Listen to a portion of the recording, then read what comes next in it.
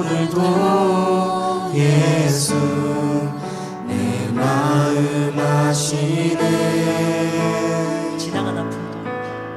지나간 아픔도 마주할 세상도 예수 내 마음 아시네. 다시 한번 고백합니다. 고단한 인생길, 고단한 인생길, 힘겨운 오늘도 예수 내 마음 아시네. 지나간 아픔도 마주할 세상도 예수 내 마음 아시네. 믿음의 눈 들어 주를 보리. 이 또한 지나가리라. 주어진 내 삶의 시간 속에 주의 뜻 알게 하소서.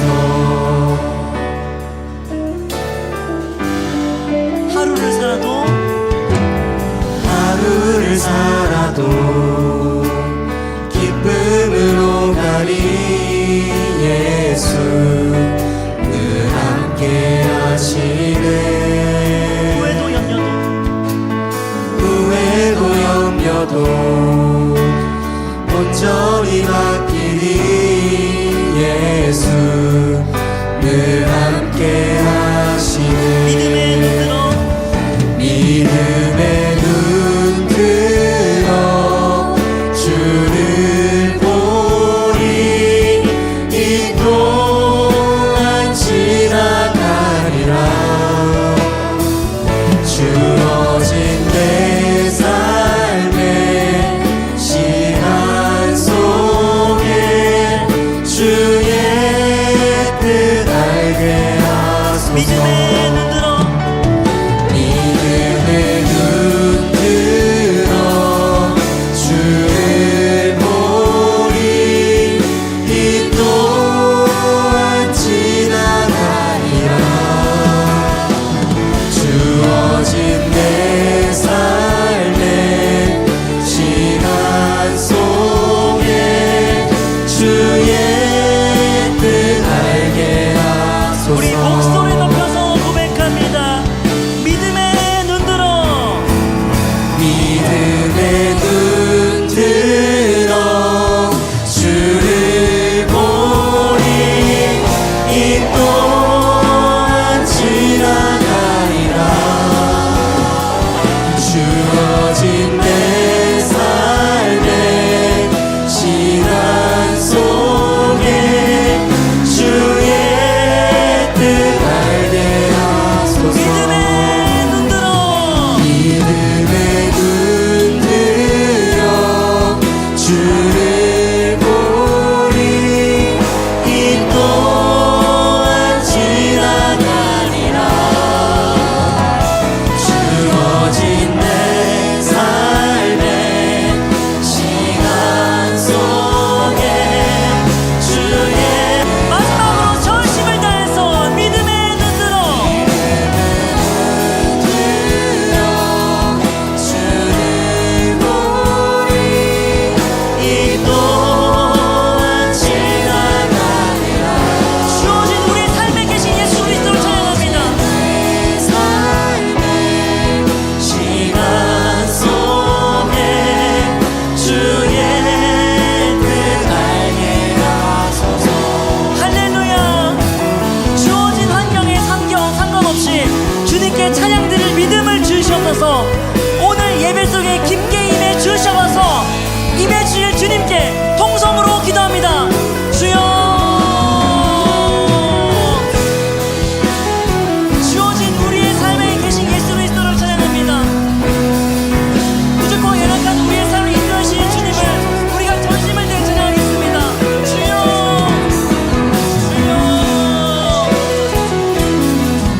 정말 부족하고 연약한 삶 속에 함께 하신 주님을 우리가 전심을 다해서 찬양하기 원합니다.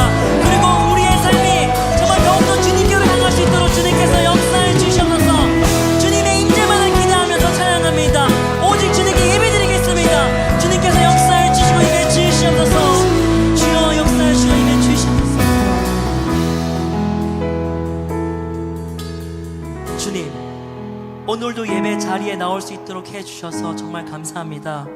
오늘 예배를 통해 저희의 마음에 임해 주시옵시고 변화된 삶을 주시옵소서. 찬양과 기도, 말씀이 충만한 삶을 살 수 있도록 역사해 주시옵소서. 이 모든 말씀 살아 역사하시는 주 예수 그리스도의 이름으로 기도드렸습니다. 아멘. 주님께 영광의 박수를 올려드리겠습니다.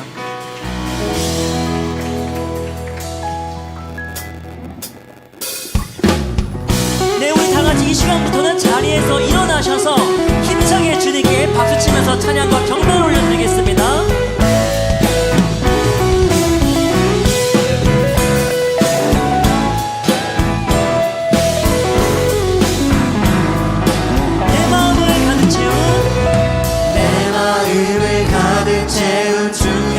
찬양과 사랑 어떻게 표현할 수 있나. 수많은 찬양들로 그만 표현할 길 없어 다시 고백합니다. 다시 한번 고백합니다. 내 마음을 가득 채운, 내 마음을 가득 채운 주연한 찬양과 사랑 어떻게 표현할 수 있나. 수많은 찬양들로 그만 표현할 길 없어 다시 고백합니다. 주 사랑해요, 주 사랑해요. 온 맘 다하여 말로 다 할 수 없어. 오, 주 사랑해요. 찬양마다 우리 다시 한번 처음으로 고백합니다. 내 마음을 가득 채운, 마음을 가득 채운 주양한 찬양과 사랑 어떻게 표현할 수 있나. 수많은 찬양들로 그만 표현할 길 없어 다시 고백합니다. 주 사랑해요, 주 사랑해요. 온 맘 다하여 말로 다 할 수 없어.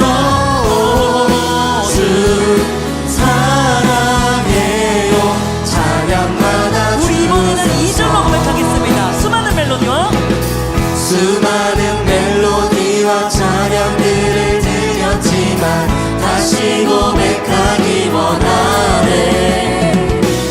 주님은 나의 사랑 삶의 중심 되시오니 주를 찬양합니다. 주 사랑해요, 주 사랑해요. 온 맘 다하여 말로 다 할 수 없어.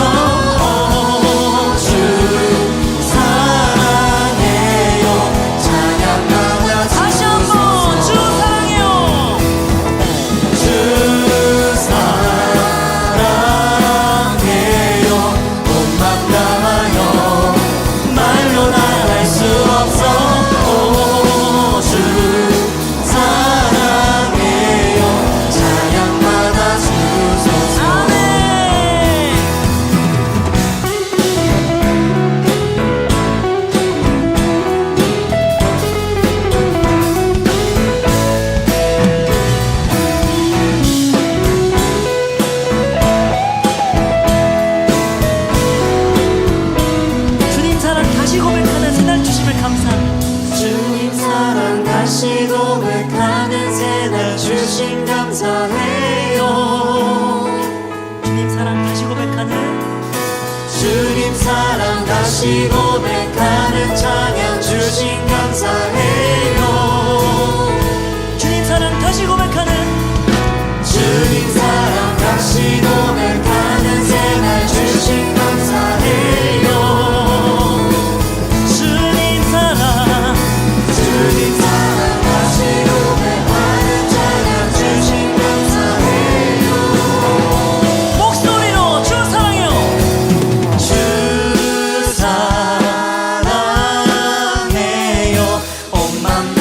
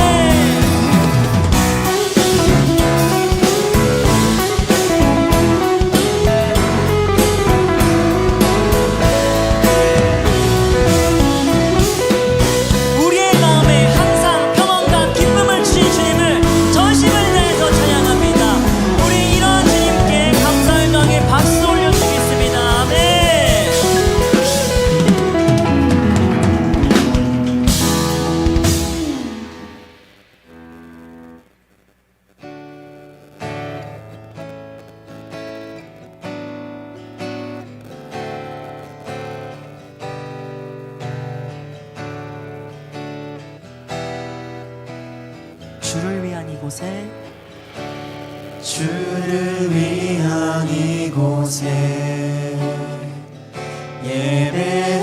예배하는 자들 중에 그가 찾는 이 없어 주님께서 슬퍼하시네. 주님이 찾으시는 주님이 찾으시는 그 한 사람 그의 배자 내가 그 사람 되게 간절히 주께 예배하네. 주 은혜로 이곳에 서 있네. 주 은혜로 이곳에 서 있네. 주 임재에 엎드려 절하네. 그 어느 것도 난 필요 없네. 주님만 경배. 주 은혜로 이곳에 서 있네. 주 은혜로 이곳에 서 있네. 주 임재에 엎드려 절하네. 그 어느 것도 난 필요 없네. 주님만 경배해.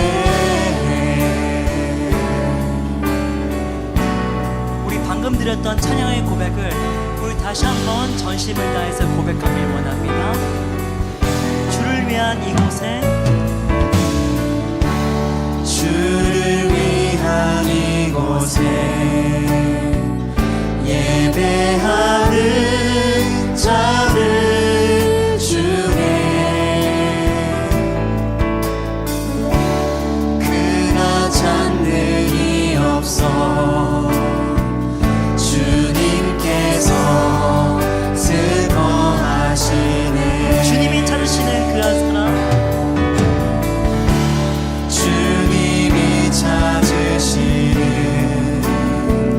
그 한 사람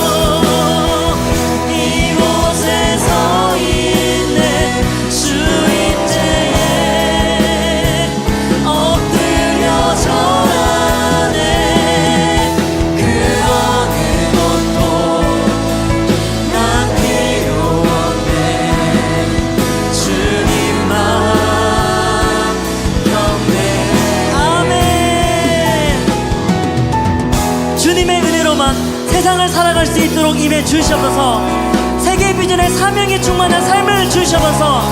우리 이런 기도 제목으로 통성으로 기도합니다. 주여,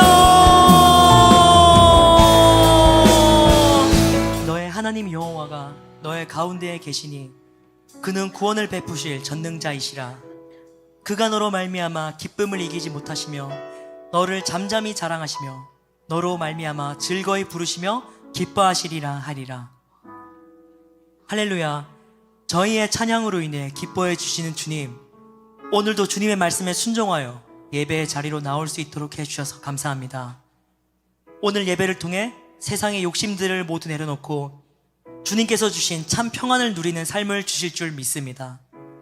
주님께서 원하시는 삶이 무엇인지 알고 있음에도 한 주간 세상을 살아가면서 세상적 욕망에 따라 살았던 삶을 이 시간 회개합니다. 저희의 능력으로는 세상을 이기지 못하고 죄에 빠져 살 수 없음을 이 시간 고백합니다. 겸손한 마음으로 주님께 간구하오니 저희와 함께 하셔서 세상을 복음으로 변화시킬 수 있는 역사의 주역이 될 수 있도록 임하여 주시옵소서. 여름 사역을 준비하고 있습니다. 이번 여름 사역을 준비하는 사역자들에게 역사하셔서 이번 여름 사역을 통해 성도들 간의 깊은 교제가 일어나게 하시고 예일교회가 더욱 부흥할 수 있도록 해 주시옵소서. 저희 예일교회가 세계비전의 사명으로 열심히 사역하게 해주셔서 감사합니다. 온 성도가 예수님과 같은 말, 같은 마음, 같은 뜻, 같은 비전, 같은 열매를 가지고 끊이지 않고 계속해서 사역할 수 있도록 역사해 주시옵소서. 이 어지러운 세상에 빛과 소금의 역할을 저희 예일교회가 온전히 감당할 수 있도록 깊게 임해 주시옵소서. 저희 청년부에 환우들이 많이 생기고 있습니다.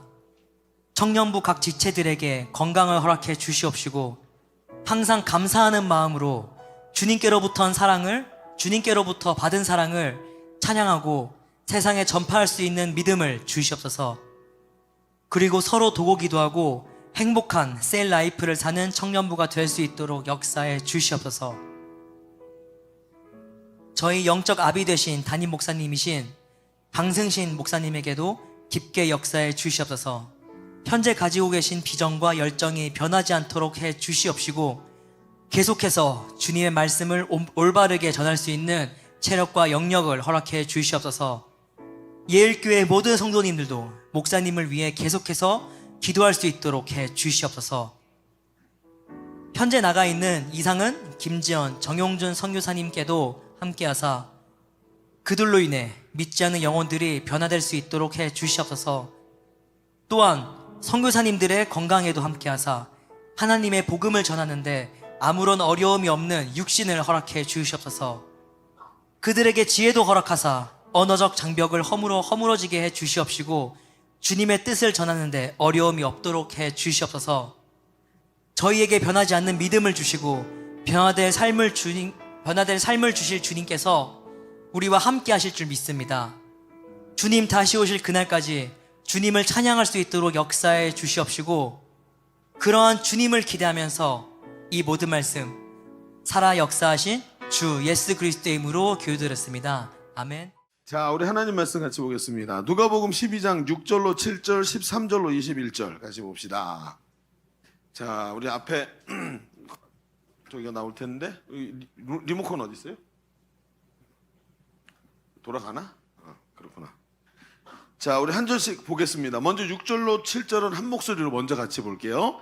자, 시작. 참새 5마리가 두 아사리온에 팔리는 것이 아니냐? 그러나 하나님 앞에서는 그 하나도 잊어버리시는 바 되지 아니하는도다. 너에게 심지어 머리털까지도 다 세신 바 되었나니 두려워하지 말라. 너희는 많은 참새보다 더 귀하니라. 아멘.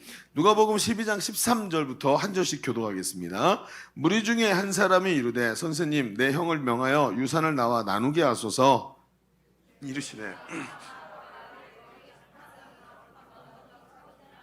그들에게 이르시되 삼가 모든 탐심을 물리치라. 사람의 생명이 그 소유에 넉넉한 데 있지 아니하니라 하시고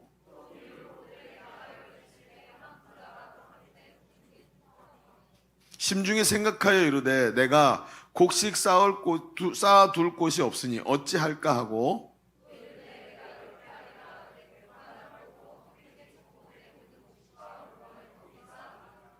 또 내가 내 영혼에게 이르되 영혼아 여러 해 쓸 물건을 많이 쌓아 두었으니 평안히 쉬고 먹고 마시고 즐거워하자 하리라 하되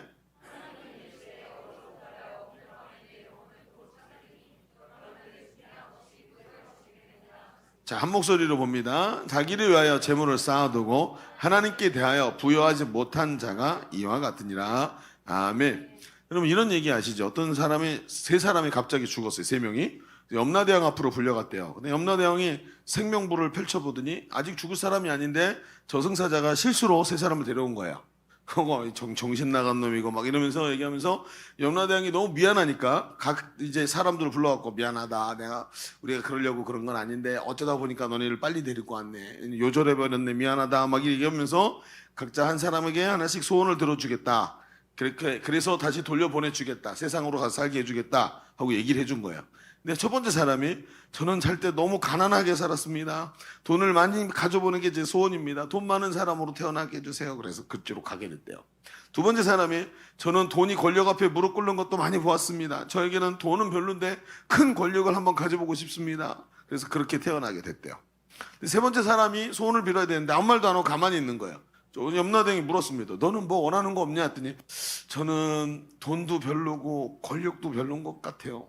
너 뭘 원하냐 했더니 저는 말이죠 그런 건 관심이 별로 없는데 그냥 저 욕심이 별로 없어요. 경치 좋은 곳에서 큰 집 말고 조그만 집 하나 짓고 너무 예쁘지 않아도 되니까 그냥 적당한 제 미모를 가진 아내와 함께 그냥 너무 부유하기도 말고 너무 가난하기도 말고 너무 병약하기도 말고 너무 건강하기도 말고 그러다가 그렇게 살다가 그냥 가늘고 길게 살다가 그냥 이렇게 돌아오고 싶습니다. 그런데 좀 보내주세요. 그랬더니 염라대왕이 딱 보더니 이렇게 말했대. 야, 이 새끼야. 그런 데 있으면 내가 가겠다. 그렇게 얘기를 했대요. 자, 이게 무슨 뜻이지, 여러분? 이게 우스갯소리이지만 되게 많은 것을 우리에게 말해줘요. 그렇죠? 사람은 누구나 평안한 삶을 원해요. 그렇죠?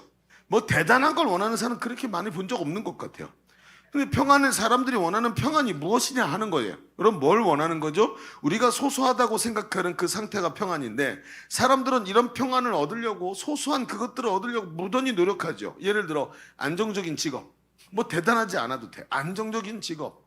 아주 많지 않아도 되지만 그렇죠? 그냥 끊임없이 나오는 수입, 손에 줄 수 있는 수입.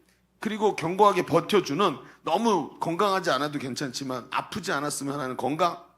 사람들과의 그저 가까이 있는 사람들과 좋은 관계를 누리면서 사는 평온한 관계, 보장된 노후, 뭐 이런 거 말이죠. 너무 힘들지 않은 노후, 이런 것을 인생에 모아놓고 그것들이 하나하나 다 모이면 조건, 그 평안의 조건이 다 모이면 야, 나는 평안하다. 이게 세상 사람들이 하는 생각이라는 거예요. 그걸 염라대왕이 그런 데 있으면 내가 가겠다 그런대잖아요. 이게 그냥 우리가 가지고 있는 우스갯소리지만 우리 조상 때부터 옛날 사람들도 이걸 공감했다는 거예요. 그런데 세상이 이런 평안이 없다는 거죠. 염라대왕이 하는 말이 그거예요. 이런 평안이 세상에 없더라. 왜 그럴까요? 여러분, 결론부터 말하자면 왜 이런 게 세상에 없냐 하면 우리가 살아가는 인생이라는 게 널뛰기더라는 거예요. 널뛰기 뭔지 아시죠? 명절에 널뛰기 하는 거. 판자 갖다 놓고 가운데 이렇게 시소처럼 만들어갖고 한 사람이 위에 콩 뛰면 반대 사람 뛰어 올라가고 왔다 갔다 하면 시소처럼 뛰는 널뛰기더라는 거예요. 우리 인생의 가치가 흔들리더라는 것이죠. 여러분 보세요. 여러분 누가 알았겠습니까? 금리가 이렇게 2배로 뛰어오를 것은. 그 전에 아파트값 참 좋을 때 융자 내가지고 아파트 2채나 융자로 샀는데 그 찾던 융자가 이렇게 무거운 짐이 될 줄 누가 알았어요? 여러분, 아파트값 막 올라갔을 때 드디어 나는 성공했다. 한몫 그렇게 잡았으니 이제는 걱정할 거 없겠네라고 생각했는데 갑자기 있잖아요. 매달 내는 융자가 이렇게 돼서 루저가 될 줄 누가 알았겠냐고요. 널뛰기를 하는 거예요. 그러니 아파트값 오를 때까지는 성공적 가치관, 자아관을 갖고 있었는데 갑자기 어떻게 돼요? 평온이 사라지고 나는 루저가 돼버려요. 여러분, 전문직으로 부모님이 살아계시는 동안 부모님이 열심히 뒷바라지 해주시니까 그거 받았고 한 30대까지 석박사 다 하고 안정적 삶을 얻으려고 열심히 공부하고 대학 나와서 대학원까지 석사까지 딱 했는데 여러분 한번 생각해 보세요. 우리의 삶이 그렇게 쉽던가요? 그게 안 돼가지고 그 뒤에 내 생각대로 안 돼가지고 고생하는 젊은이들이 우리 시대에 얼마나 많습니까? 누가 이렇게 될 줄 알았습니까? 아니, 인생이라는 게 널뛰기더라는 거예요. 안정적 노후, 여러분 요즘 말로 꿀 빠는 인생. 저도 참 빨리 안정적 노후를 갖고 싶어요. 좀 놀러 다녔으면 좋겠어. 빨리 뭐 이렇게 나보고 70세까지 목사하라는 소리 하지 마세요. 나 빨리 은퇴할 거야. 놀고 싶어. 근데 여러분 생각해 보세요. 그렇게 안정적 노후 여기저기다가 저 연금보험 갖다 다 집어넣어 놓고 나중에 여기서 조금 저기서 찔끔 정부에서 찔끔 나온 거 다 쫄쫄쫄 모아가지고 궁핍하지 않게 살면서 노후에 그냥 캠핑카 하나 사가지고 여기저기 놀러 다니면서 그러고 살고 싶은 그런 꿈. 근데 어때요? 그렇게 해서 다 만들어 놓고 막 연금보험 다 넣었는데 갑자기 저기가 노후가 됐는데 덜컥 건강이 무너지면 여러분 이런 결론 얻을 줄 누가 알았겠습니까? 나이가 들어서 몸이 안 움직이고 기어다녀서 화장실도 못 가는데 정신은 멀쩡해서 멀쩡한 정신으로 누워서 똥오줌 받아낼 줄 누가 알았냐고요. 그러니 생각해 보세요. 앞에 이렇게 우리의 예상을 띄워놓고 널뛰게 하는 것이 우리 인생이고 세상의 본질이에요. 하루도 잠잠하지 않아요. 파도가 치듯이 격변이 계속 일어나는, 그렇죠. 생각처럼 계획처럼 되는 게 아니더라는 거예요. 그런데 이런 널뛰는 세상에서 우리의 삶도 함께 널뛰기를 하더라. 주가가 올라가면 좀 돈을 벌면 기뻐한 것 같은데, 승리자가 된 것 같은데, 반대로 갑자기 어느 날 폭락하니까 집 방구석에서 기어 나오지도 않는 존재가 돼버리더라. 그런 사람 정말 많아요, 여러분. 우리 아들 대박 났어요. 저보고 그런 사람이 있었어요. 얼마나 많이 벌었는지 10몇 억을 한꺼번에 벌었대요. 근데 2달 있다가 보니까 애가 방에서 나오지도 않는데. 왜? 주가가 바닥을 쳐가지고 애가 존재감의 바닥에 탁 떨어져가지고 나는 루저라 그러면서 나오지도 않는다는 거예요. 저보고 기도해달래요. 여러분 어떻습니까?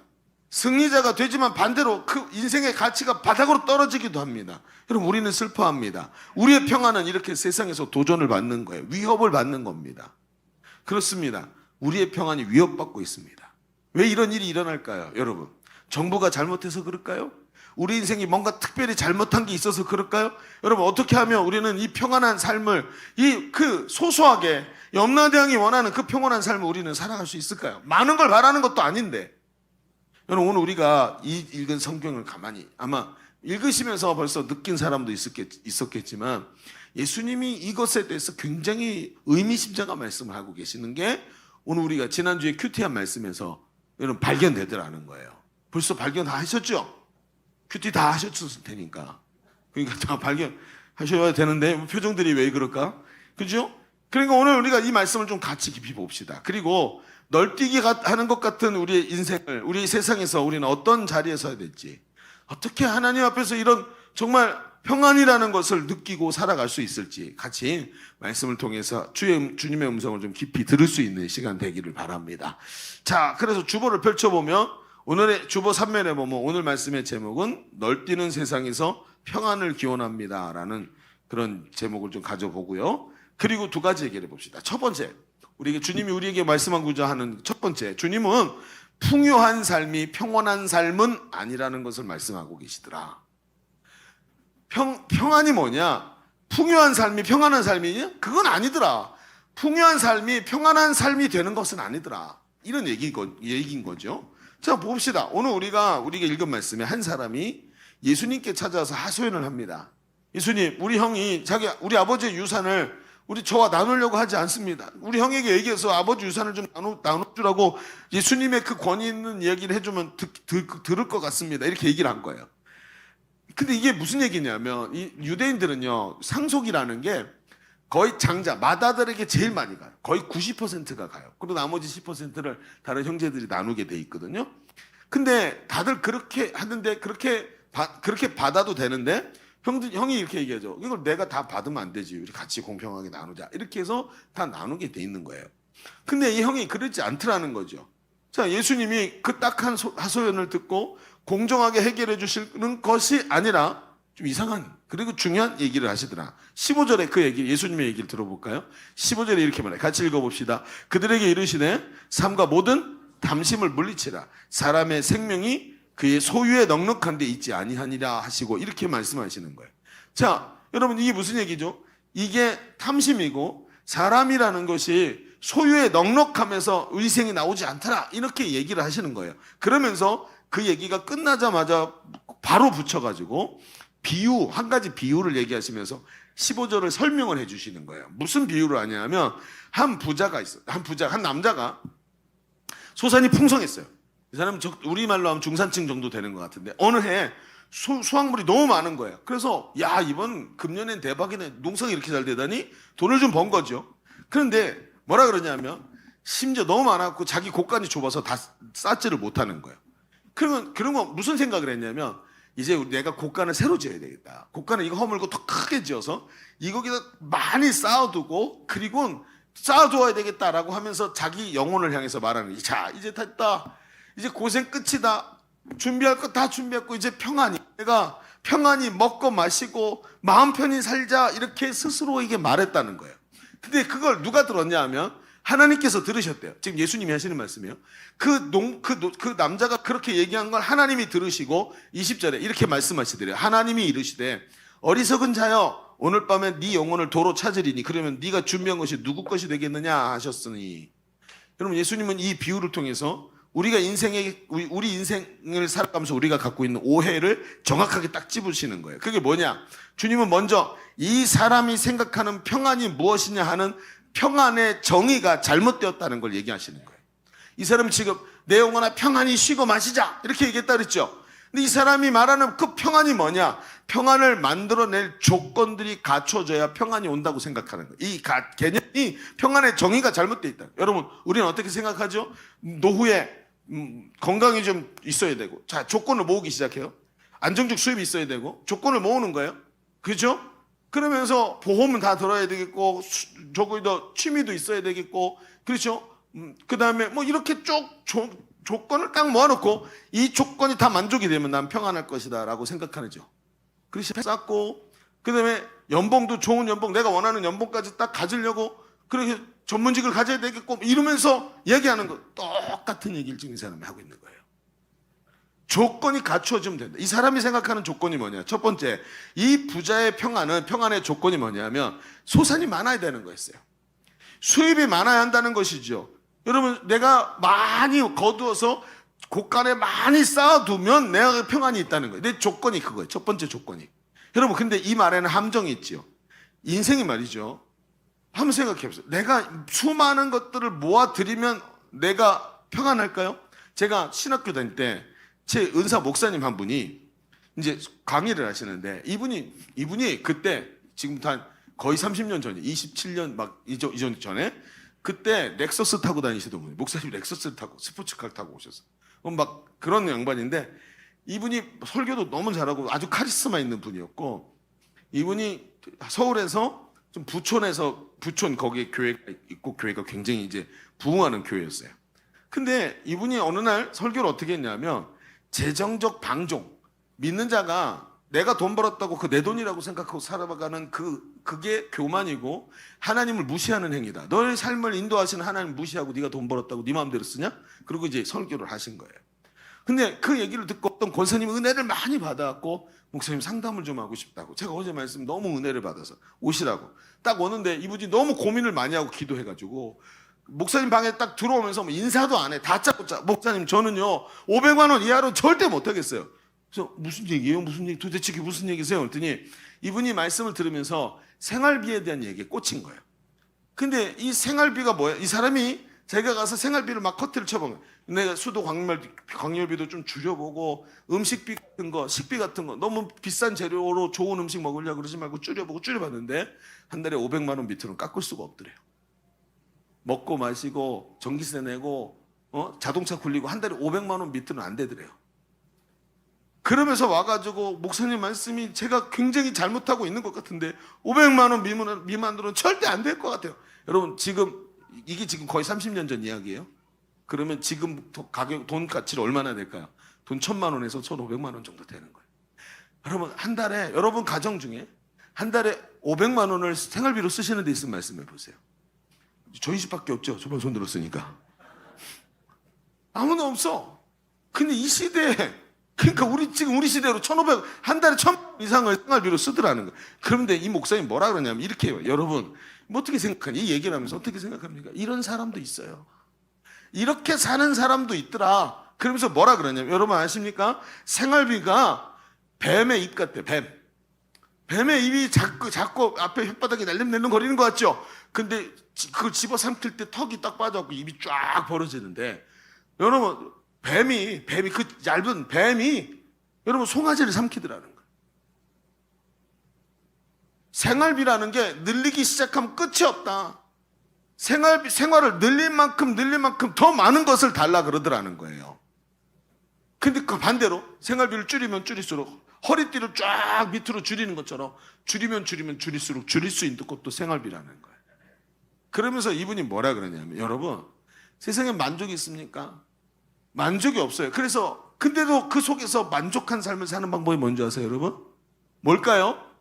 절제입니다. 절제.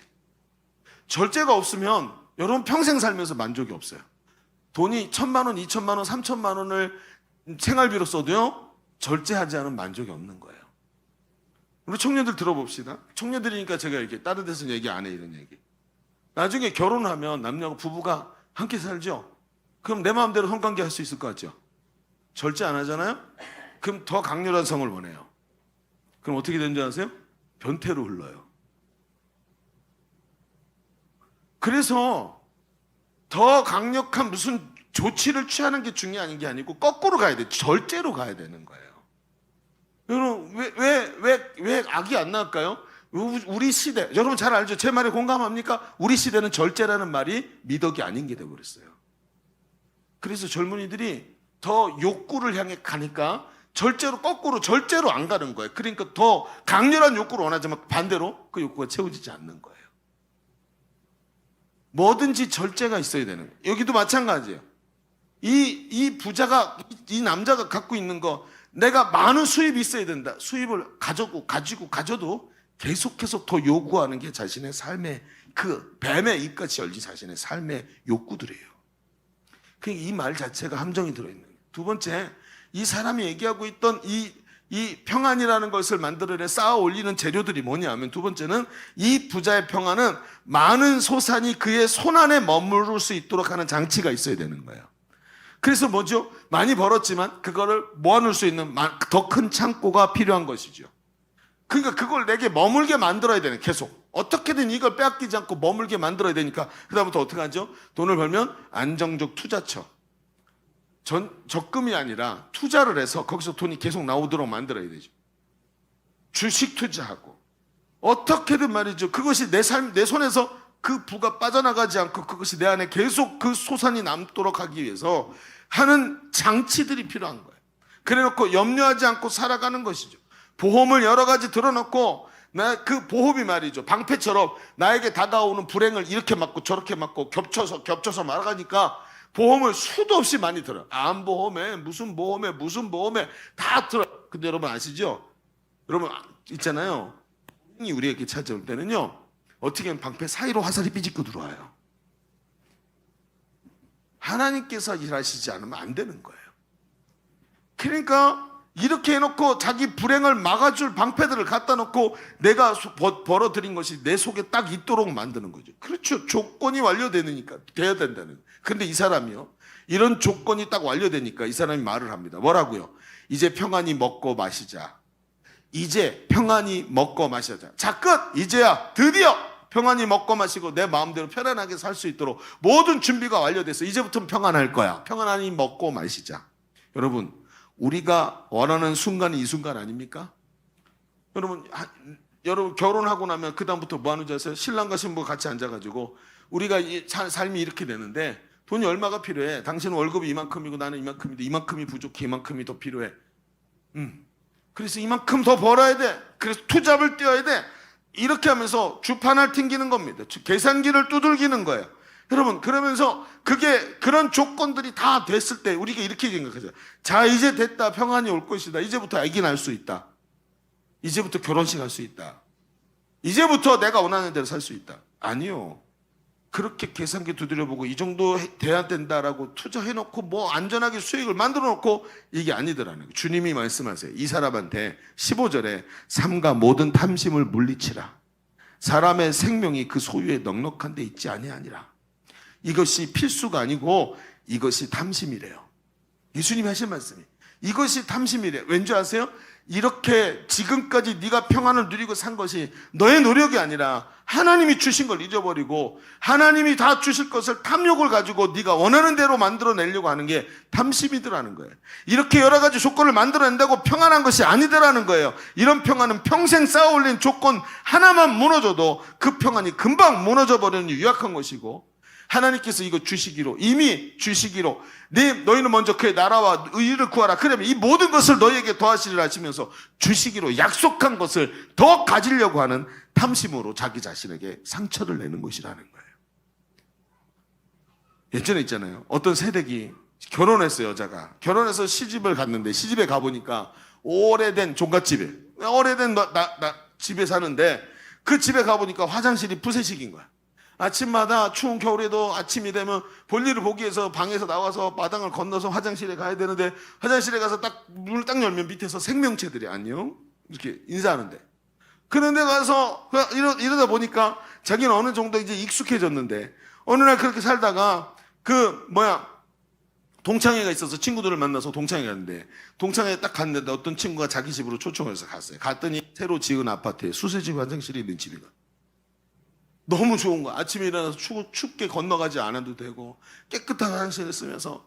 그러니까 이 부인이 이런 생각이 됐어요. 이때부터 갑자기 마음에 하나님이 주신 비전이 생겼어요. 수세식 화장실 비전.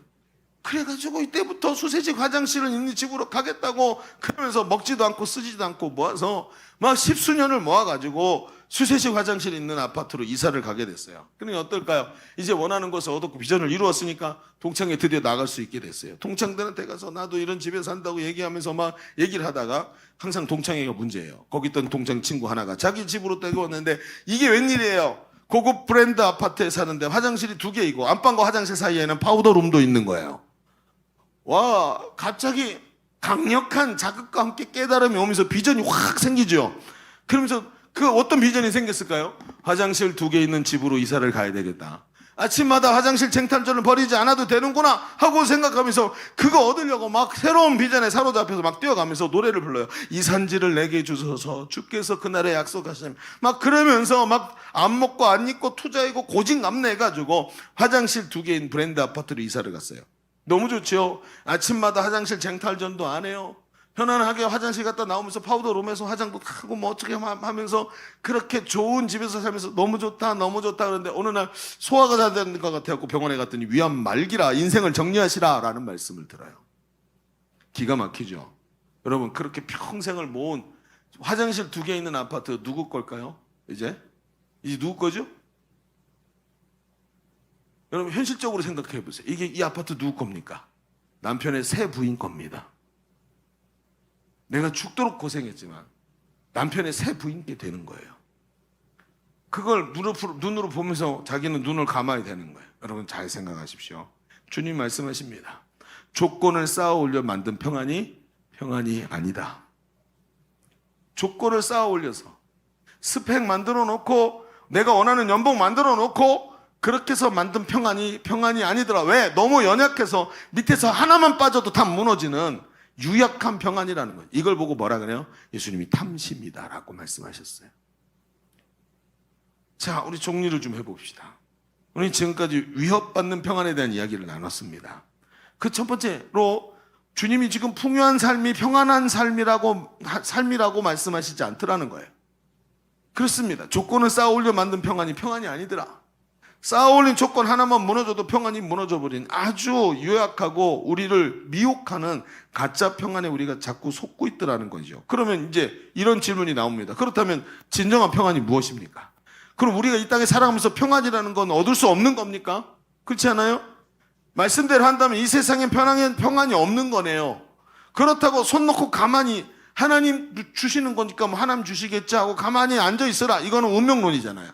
그러면 목사님 얘기가, 성경 얘기를 가만히 듣다 보면 이게 하라는 건지 말라는 건지 알 수가 없는 순간이 와요. 여러분, 중요한 게 있어요.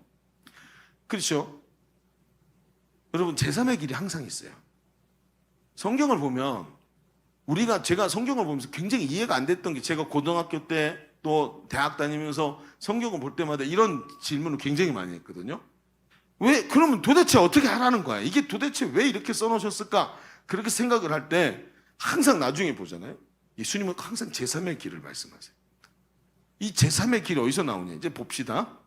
참된 평안이 무엇인가? 어떻게 그것을 얻느냐 하면요. 이 두 번째도 이렇게 한번 써보세요. 참된 삶, 평안한 삶은, 그렇죠. 풍요가 평안을 만들어주는 게 아니라 그랬잖아요. 근데 평안한 삶은 거꾸로 참된 풍요를 누릴 때 얻게 되는 거예요. 이제 바뀌었습니다. 참된 풍요. 우리의 타깃이 참된 풍요가 평안한 삶을 줄 수 있다. 그럼 참된 풍요가 뭔지 봐야 되겠네요. 자, 한번 봅시다. 우리가 이 말씀을 쭉 보는데 예수님이 이제 우리가 12장 얘기를 좀 지금 오늘 우리가 지금 누가복음 12장을 보죠. 근데 누가복음 12장의 대주제가 하나 나와요. 그게 뭐냐면 누가복음 12장의 출발이 뭘로 나가죠? 바리새인들의 외식에 대해서 예수님이 지적하시는 장면으로 시작이 돼요. 그래서 12장 전체가 쭉 흘러가는 것 같지만 사실은 앞에 바리새인의 이야기 가지고 12장이 펼쳐지고 있다는 걸 기억을 해야 돼요. 그러면서 어떻게 하냐면 바리새인들이 어떤 상태였냐면 이 바리새인들은 자기 존재의 가치를 어떤 사람은 뭐 고액의 연봉에서 난 성공한 사람이야 이런 개념을 갖고 있죠. 그렇죠? 우리 형제들은 뭐 대단한 슈퍼카 하나 이런 거 마세라티 이런 거 가지고 뭐지 느낌을 있죠. 지난번에 마세라티 보고 비전에 사로잡힌 사람들 몇 분 계시더라고요. 이산지를 내게 주셔서 노래를 부르고 다니는 분들이 있어요. 마세라티. 그거 아니에요. 잘 들어보세요. 근데 이 누구야? 바리새인은 있잖아요. 어디서 자기 존재 가치를 느끼냐면 이 사람들은 율법을 철저하게 지키는 거였어요. 이 사람들은 하나님 앞에서 자기들이 하나님과 굉장히 가까운 천국의 1등 시민, A클래스 시민이라는 생각이 있어요. 왜? 율법을 제일 잘 지키니까. 그래서 율법을 잘 지키는 자신의 삶에서 자기 존재 가치를 발견해요. 그래서 뭘 어떻게 하죠? 거룩한 척, 심지어는 그런 존재라는 것을 내가 보여주고 싶어서 뭐냐면 외식을 한다 그랬어요. 이 외식이 뭐예요? 우리가 쓰는 단어로 가식이란 뜻이 같이 들어있어요. 이 외식이 뭐죠? 자기 가치를 증명하기 위해서 그렇지 않은데 그런 척하는 거예요. 예를 들어서 내가 거룩한 하나님과 더 가까운 거룩한 사람인 걸 보여주고 싶은데 유대인들은 시간이 딱 되면 그 시간에 꼭 기도하는 습관이 있죠. 그런데 그 시간대가 됐는데 그때쯤 돼서 시간 한 20분쯤 남겨놓고 그 제사장이 입는 거룩한 옷과 비슷하게 만든 옷을 자기가 입고는 시장 근처에 사람 많은 데 가갖고 띠리리 기도 시간이네 기도해야지 어디서든 나는 하나님께 기도한다 그러고 두 손을 쫙 펼치는데 옷술이 길게 늘어진 옷을 쫙 입고 하나님 그러면서 기도하는 모습을 보여주는 거예요. 사실은 자기는 하나님께 그런 열정이 없지만 그런 존재라는 걸 보여주면서 사람들에게 존경을 받는 것 이런 것들을 했다는 거예요. 그래서 누가복음 오늘 우리가 읽었던 누가복음이죠. 12장 1절에 이런 말씀이 있어요. 12장 1절 뭐라 그랬을까요? 네. 예수께서 먼저 제자들에게 말씀해 이르시되 바리새인의 뭘 조심해라? 누룩을 누룩이 뭐예요? 그 효모, 곰팡이 말하는 거. 누룩이 반죽에 들어가서 반죽 전체에 퍼지는 것처럼 누룩이 퍼져간단 말이에요. 그 누룩을 조심하라. 그 누룩이 뭐예요? 곧 외식을 주의하라. 그런 척하면서 살아가는 거. 예수님은 그들을 닮지 말라고 하면서 바리새인의 누룩, 바리새인의 외식이 너희 속에 퍼져 들어가지 않게 하라고 조심하라고 경고하는 거. 겉으로 그렇게 자기들 옳게 보이려고 외식하더라도 내가 귀중한 사람이고 소중한 사람이고 성공적인 사람이라는 걸 자꾸 보여주고 싶은 거예요. 자, 여러분 생각해 봅시다. 예수님이 지금 이 얘기를 쭉 하면서 지금 이 경제적 부여 앞에 그 사람 얘기 나오잖아요. 그 사람이 이 경제적 부여에서 누리는 게 뭐죠? 자기 만족이에요. 난 성공한 사람이야. 이젠 평안을 누릴 만한 자격이 있어. 나는 마스터카드를 들고 다니고, 그렇죠? 어디든 5성급 호텔에 가서 내 카드를 회원권을 내밀면 날 대접을 받고 발레 파킹도 하고, 그렇죠? 나는 이만큼 성공한 사람이야. 이 가치가 두 개가 똑같은 거예요. 여러분 보세요. 사람들이 가지고 있는 가치가 바로 이런 데서 나오는 거예요. 그러면서 예수님 바로 그 뒤에 뭐라고 얘기하냐면 바로 연결해서 우리가 아까 읽었던 참새 얘기를 하시는 거예요. 참새 얘기. 그럼 참새 얘기 해석이 되던가요? 저는 여기서 이거 이해가 안 돼갖고 큐티할 때마다 이해가 안 되는데 이번에 큐티를 하는데 참새 얘기가 눈에 확 들어오는 거예요. 그럼 뭐라고 그랬지? 6절에 보세요. 참새 5마리가 두 아사리온에 팔리는 것이 아니냐? 그러나 하나님 앞에서 그 하나도 잊어버린 바 되지 아니하는도다. 저는 참새 2마리가 한 아사론에 참새 5마리가 두 아사론에 팔리는 것이 아니냐? 하물며 하나님이 너희를 그렇게 사랑하시지 않겠느냐? 이렇게 생각을 했는데 그게 아니에요. 하나님이 참새를 사랑한다. 이 무슨 얘기냐면 참새 5마리가 두 아사론이라는 게 무슨 뜻이냐면 붕어빵 5개 1,000원이라는 뜻이에요. 무슨 얘기인지 아시겠어요? 붕어빵 요즘에 얼마예요? 5개 얼마예요? 하나에 1,000원씩 하고 막 그러죠. 붕어빵이 요즘 엄청 비싸더라고요. 근데 붕어빵 10개 담아주고 2,000원 이렇게 한다는 거예요. 엄청 싼 거죠. 그리고 사가지고 한 봉 사고 아무한테나 막 나눠줄 만큼 값싸게 먹는 음식이라는 거예요. 자, 참새 5마리 두 아사리온 엄청 싸. 그냥 나 이거 별거 아니야. 그래서 늘 그렇게 쓴다는 거죠. 이게 뭐죠? 경제적 가치예요. 그러니까 그 경제적 가치로 볼 때 참새는 귀한 게 아니에요. 근데 그럼에도 너희는 그렇게 생각하지. 근데 하나님은 그 참새 한 마리를 지으시고 입히시고 때가 돼서 털갈이하게 만드셨고 그 참새를 소중히 여기셨다. 니네가 보는 그 가치로 보지 말아라. 이런 쓰레기. 너네가 보는 가치로 그거 바라보면 너도 죽어 너도. 이런 소리예요 이게. 무슨 얘기일까요? 여러분 참새 이야기를 한번 가만히 생각해 봅시다. 너희는 참새의 가치가 값싸다고 생각하지. 그런데 하나님은 그 값싼 참새 하나도 잊지 아니하신다. 우리가 가진 경제적 가치를 전복시키려고 이 가치, 잘못된 가치 때문에 오늘 우리가 참 평안을 누리지 못하고 대안적 가치를 가지지 못하고 세상 가치에 매어서 그 알량한 연봉 남들보다 1년에 몇백만 원 더 많은 것을 가지고 당신이 자기 스스로에 대한 만족에 빠져 있으면 참 평안을 누릴 수가 없다는 거예요. 그 알량한 남들보다 조금 나은 연봉 가지고 하나님 앞에서 자기 존재가 저 참새보다 낫다고 생각한다? 그럼 반대로 어떻게 되죠? 거꾸로 뒤집으면 저 나보다 조금 더 연봉 잘 받는 애를 보면 그때부터 나는 평안이 없어지는 존재가 되는 거예요. 주님이 하신 얘기가 무슨 얘기인지 아시겠어요?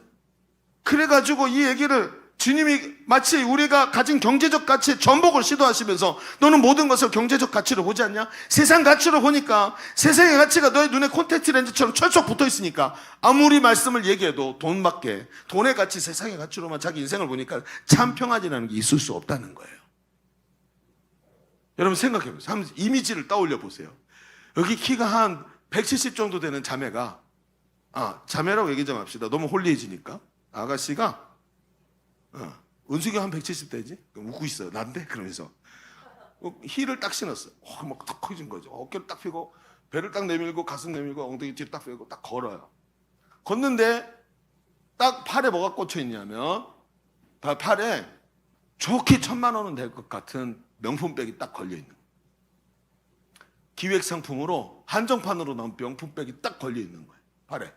자, 이 아가씨를 바라보는 여러분의 마음속에 이미지 딱 그려보십시오. 그죠? 아주 그냥 슬림하게 쫙 해가지고 명품백 1,000만 원짜리 딱 끼고 걸어가는 거예요. 자신감 있게. 나 보고 있는데 자 이미지를 바꿔봅시다. 자세히 보니까 가방이 짝퉁이야. 자, 가방이 짝퉁이라는 걸 발견했을 때 이 아가씨를 바라보던 이미지 어떻게 바뀌었습니까? 느낌이 다르죠.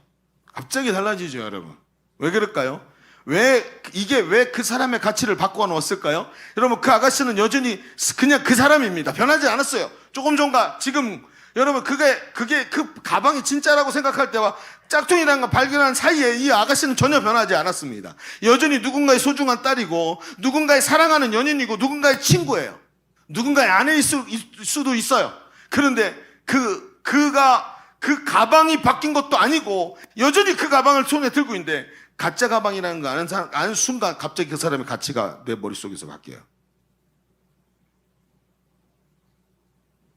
나는 그 사람을 쳐다본 것 같지만 자신은요 그 눈빛으로 여러분이 스스로를 보고 있어요.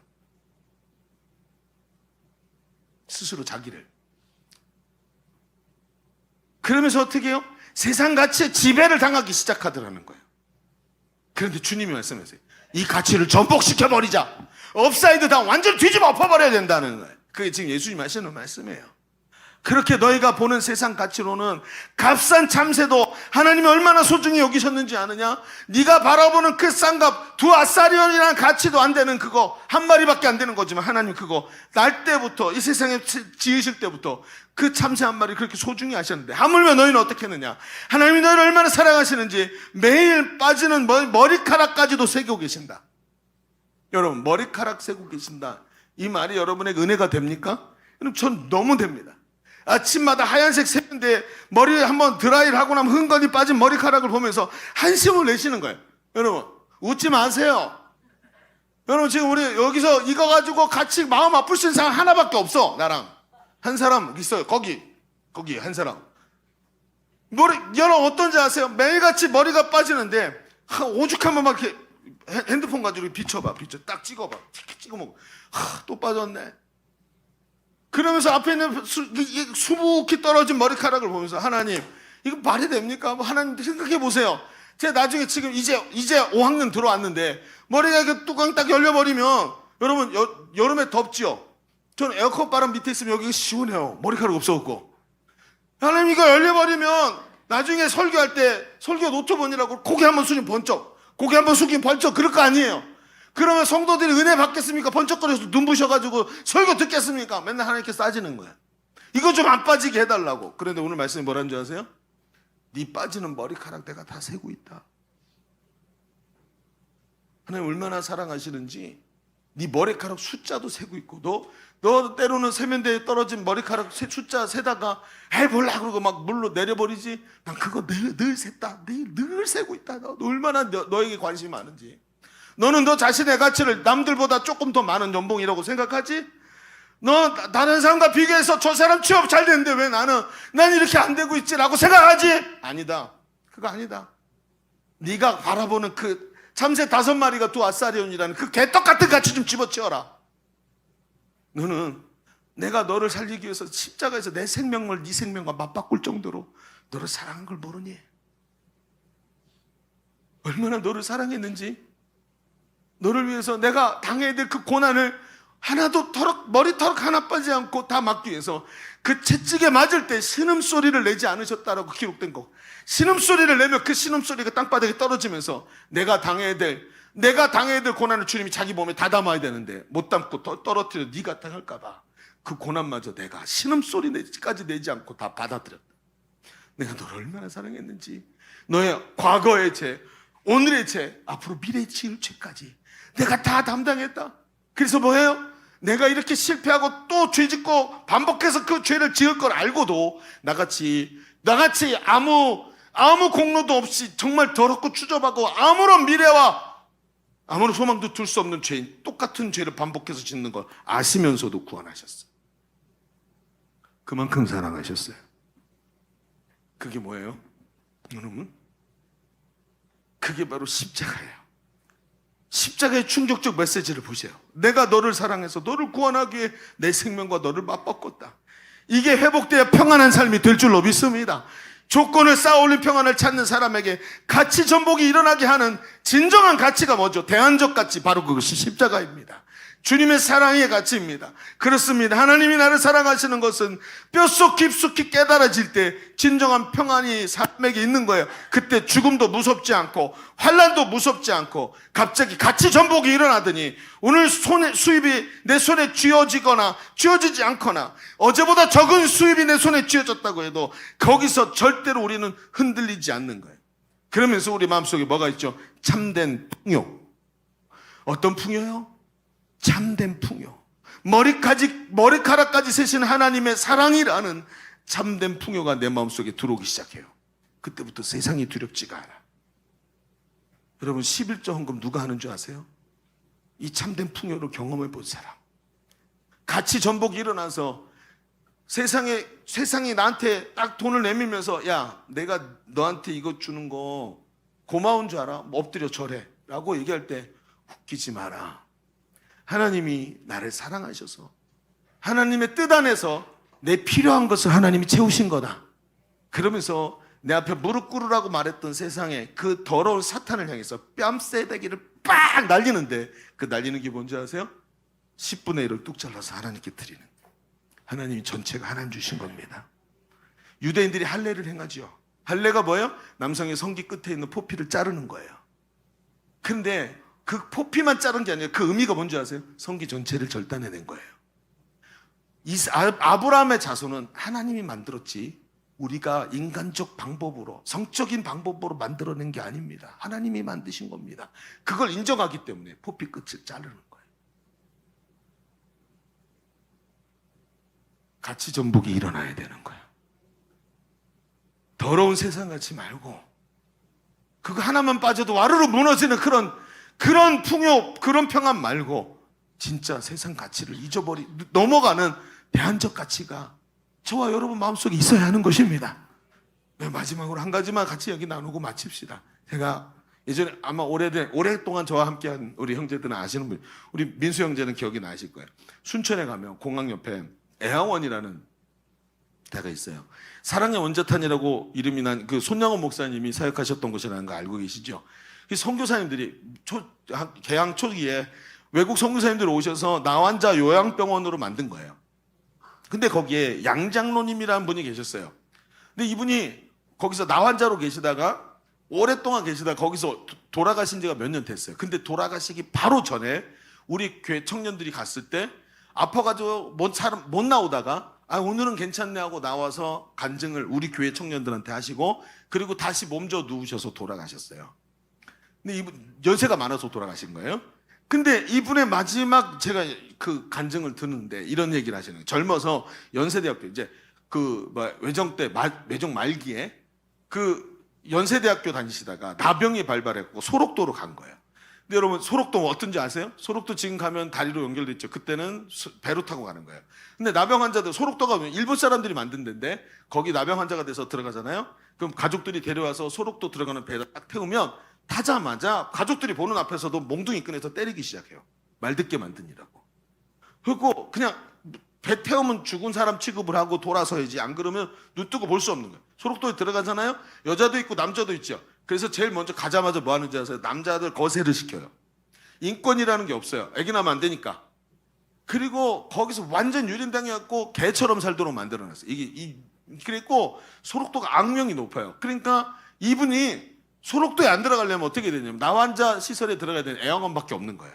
근데 애영원에 딱 들어갔는데 여기 기독교 시설이잖아요. 새벽 예배 늘 해야 되고 매일 예배하고 막 이러는 거예요. 그러니까 이분이 불신자니까 왜 나한테 이런 거 강요하냐고 그러더니 그러세요? 그럼 괜찮아요.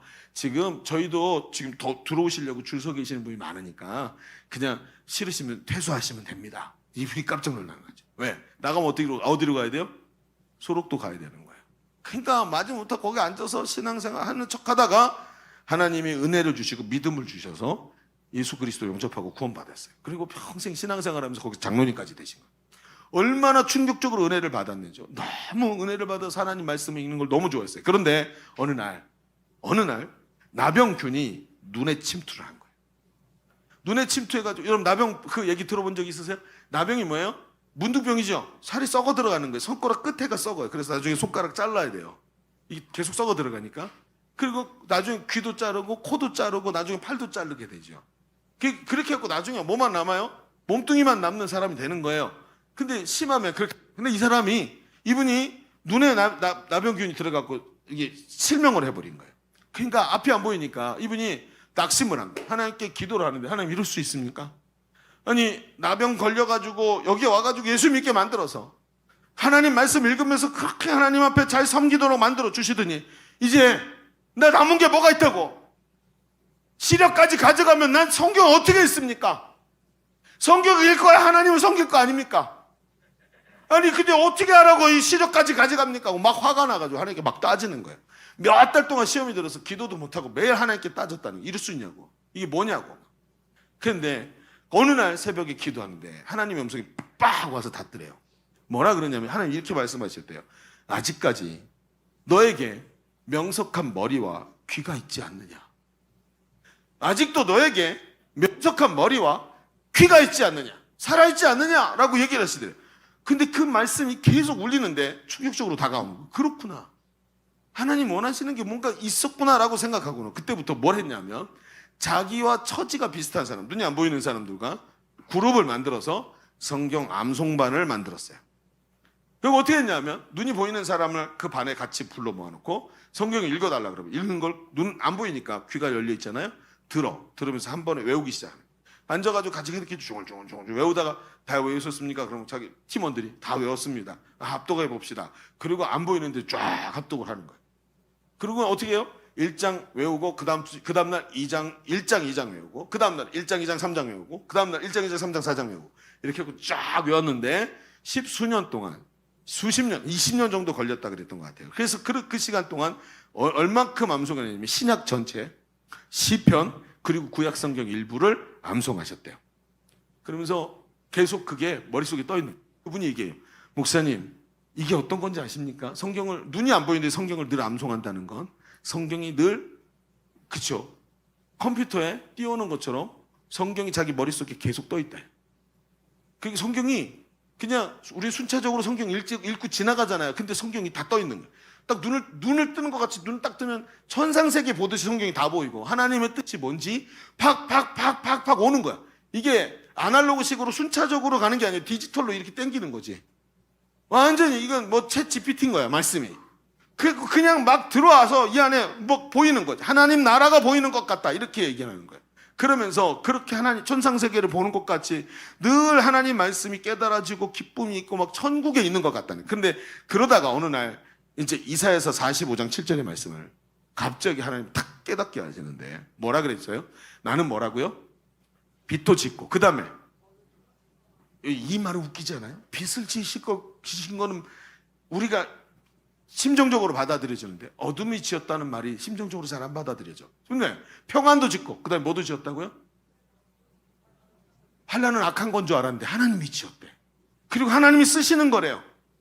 그러면서 나는 여호와라 이 모든 일을 행하는 자니라 이렇게 말씀하셨다는. 하나님이 사람을 하나님 앞에 부르기 위해서 환난이라는 것을 이용하시는구나. 그분을 그래서 그 사람의 나의 진심을 보기 원하셨구나. 그런데 사람이 환난이 와야 진심이 나오고 그 환난에서 그 환난을 지어서 하나님이 도구로 사용하실 때 내 안에서 진짜 하나님을 향한 이 중심이 나오기 시작하더라는 거예요. 그분이 말을 합니다. 만일 나병이라는 환난이 없이 내가 예수를 만날 수 있었겠습니까? 실명이라는 환난이 없었으면 내가 하나님을 이렇게 알 수 있었겠습니까? 그 환난이 자신에게 큰 축복이었다. 이렇게 말하는 여러분 뭐라고요? 풍요 여러분 풍요가 뭡니까? 많이 가지는 게 아니더라는. 참된 풍요가 뭡니까? 바로 이 환난 속에서도 나를 위해서 십자가에서 죽으신 그분이 나와 지금 함께하고 계시는 그 하나님의 사랑과 은혜를 오늘도 가슴 터지도록 넘치도록 오늘도 느끼고 있는 거. 이게 참된 풍요들하는 거예요. 그러니까 어때요? 나병이 걸려도 하나님의 축복이 느껴지고 시력을 잊어버려도 하나님이 나와 함께 하시는 그 축복이 넘쳐나니까 여러분 죽음도 두렵지 않고 어떤 것을 잃어도 두렵지 않고 그 내가 모아놨던 모든 것 평안하려고 모았던 모든 것을 다 빼앗아 간다 할지라도 이 안에 평안을 빼앗을 수가 없는 거예요.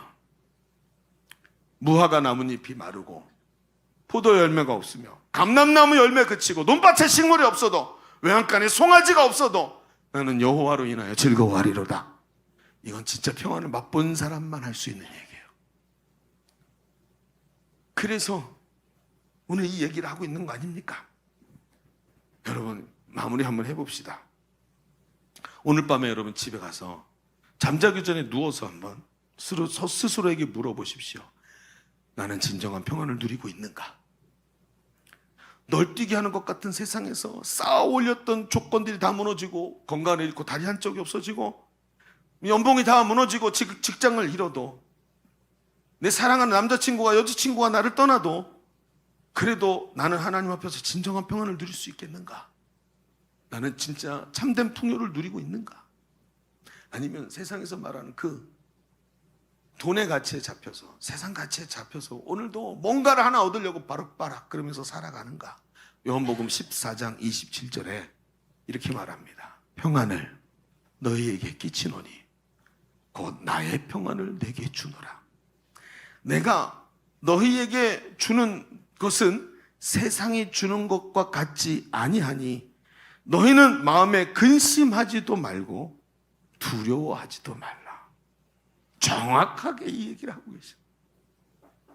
예수님이 주시는 그 평안, 그분이 나를 소기중에 여기셔서 지금도 나와 함께 하시는 그 평안을 누리는 주님의 사랑하는 자녀들 되기를 바랍니다. 우리 부르는 찬양 중에 평안을 너희에게 주노라 라는 찬양이 있어요. 자, 우리 조명을 좀 쫙 꺼주시고 앞에 저만을 같이 우리 집중할 수 있도록 좀 도와주세요. 여러분, 이 찬양을 같이 우리 마음을 모아서 같이 한번 불러봅시다. 잘 아시죠? 평안을 내게 주노라. 평안을 너에게 주노라. 세상이 줄 수 없는, 세상이 알 수도 없는, 세상이 알 수도 없는 평안,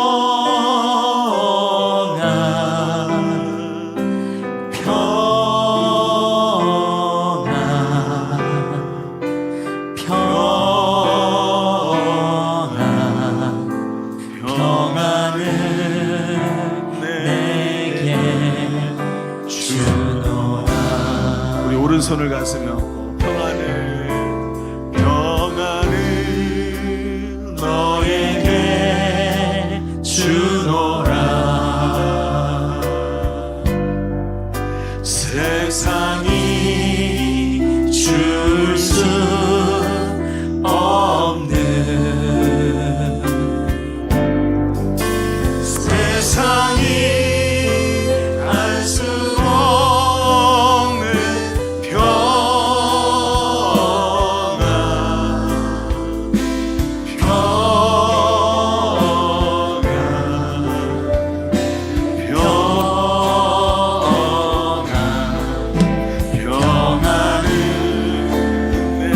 목소리 높여서 한 번만 더 찬양합시다.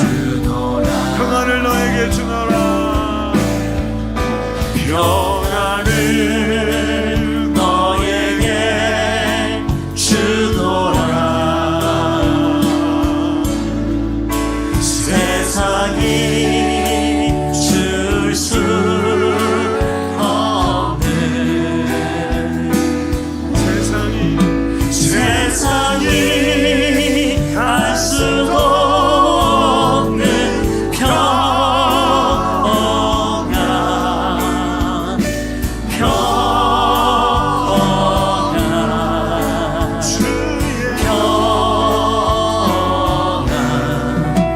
평안을 내게 주노라. 우리 같이 기도합시다. 하나님, 그 평안을 내가 누리기를 원합니다. 전복된 가치를 가지게 하여 주시옵시고, 십자가의 그 사랑을, 하나님 잠새 한 마리까지 세시는 주님의 그 사랑을 오늘도 내가 붙잡고 나가게 하여 주옵소서. 기도합니다. 주여.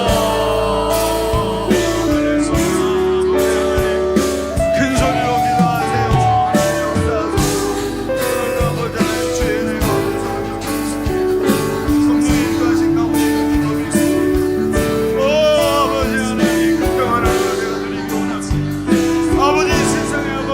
조건들을 쌓아 올리는 것만이 아니라 우리 주님이 십자가에 주시는 그 진정한 평안을, 나를 위해 생명까지 버리시는 그 귀한 은혜를 오늘도 누리며 참된 풍요 속에 거하며, 참된 풍요 속에 거하며 오늘도 주시는 평안을 누리게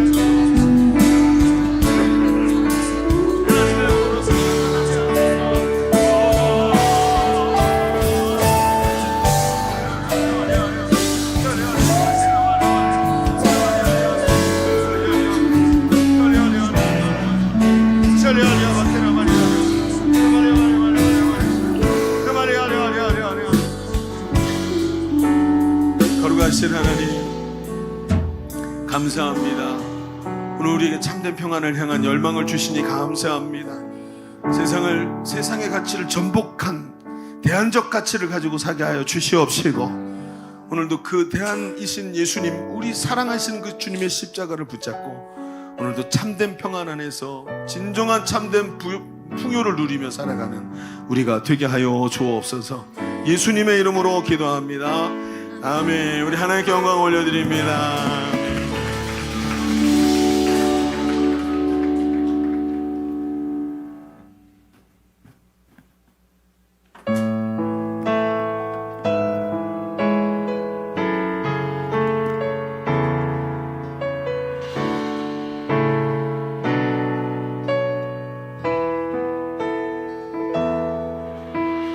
누구나 무거운 짐을 지고 가는 길 아무도 끝을 알 수 없네.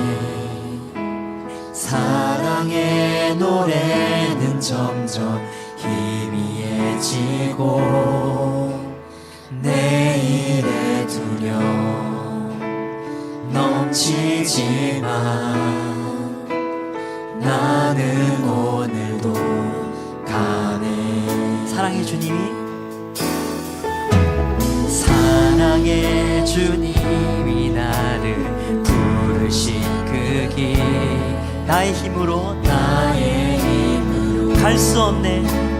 갈 수 없는 믿음의 길 위에 믿음의 길 위에 주가 예비하시니 십자가 사랑 의지하여 나는 오늘도 가네. 나는 오늘도 가네. 주의 영광 주의 영광 노래하리. 더 이상 나 버틸 힘이 없어도 모든 상황 끝에서 다시 설 때 알게 되리라. 크고 넓은 여호와 하나님. 주의 영광 노래하리. 주의 영광 주님의 영광만 바라보겠습니다. 바라보리. 만군의 주 크신 나의 하나님 전능하신 주님과 동행할 때 알게 되리라. 날 만드신 사랑. 사랑의 주님이 사랑의 주님이 나를 부르신 그 길 나의 힘으로 갈 수 없는 믿음의 길 위에 믿음의 길 위에 주가 예비하시니 십자가 사랑 의지하여 나는 오늘도 가네. 주의 영광 노래하리. 주의 영광 노래하리. 더 이상 나 버틸 힘이 없어도 모든 상황 끝에서 다시 설 때 알게 되리라. 크고 넓은 여호와 하나님. 주님의 영광만을 바라보겠습니다. 주의 영광 바라보리. 만군의 주 크신 나의 하나님 전능하신 주님과 동행할 때 알게 되리라. 날 만드신 우리 목소리로 고백합니다. 주의 영광 주의 영광 바라보리. 만군의 주 크신 나의 하나님 전능하신 주님과 동행할 때 전능하신 주님과 동행할 때 알게 되리라. 날 만드신 아멘. 영광의 주님께 감사의 박수를 올려드리겠습니다. 자, 우리 드려진 예물로 해서 기도합시다. 하나님 감사합니다. 너무 귀한 예배 하나님께 올려드리게 하시고 주의 말씀으로 우리의 마음을 무장하게 하시니 감사합니다. 악한 마귀에게 치지 말게 하시고 전복된 가치를 가지고 대안적 가치를 가지고 이 시대를 살아갈 수 있는 주의 자녀들 되게 하여 주옵소서. 하나님, 오늘도 귀하게 우리 박수정 자매님 우리 교회 보내주시고 우리가 한 가족이 되게 하시니 감사합니다. 이제 외인도 아니고 손님도 아니고 한 가족인 것을 알고 우리가 서로 사랑하며 섬기고 서로 세워가는 아름다운 교제와 삶이 일어나도록 우리를 축복하여 주옵소서. 하나님, 돌아가는 발걸음도 지키시고 하나님의 영광이 하나님 앞에 주여 그 삶에 나타나게 하여 주옵소서. 예물들이 손길들의 복을 허락하여 주시옵시고 이 땅에서 궁핍하지 아니하도록 하나님께서 이 모든 것을 채우시는 은혜를 누리게 하여 주시옵시고 감사하는 삶이 되도록 역사하여 주옵소서. 예물을 받으시고 흠양하여 주옵소서. 감사드리며 이제는 우리 구주 예수 그리스도의 은혜와 아버지 하나님의 지극하시고 만극하신 사랑하심과 성령님이 내주하시고 함께 하시는 은혜가 오늘 모여 예배하는 모든 우리 젊은이들 머리머리 위에 우리의 삶과 미래 위에 주님의 몸된 교회 위에 이제로부터 영원토록 함께 계시기를 간절히 축원하옵나이다. 아멘.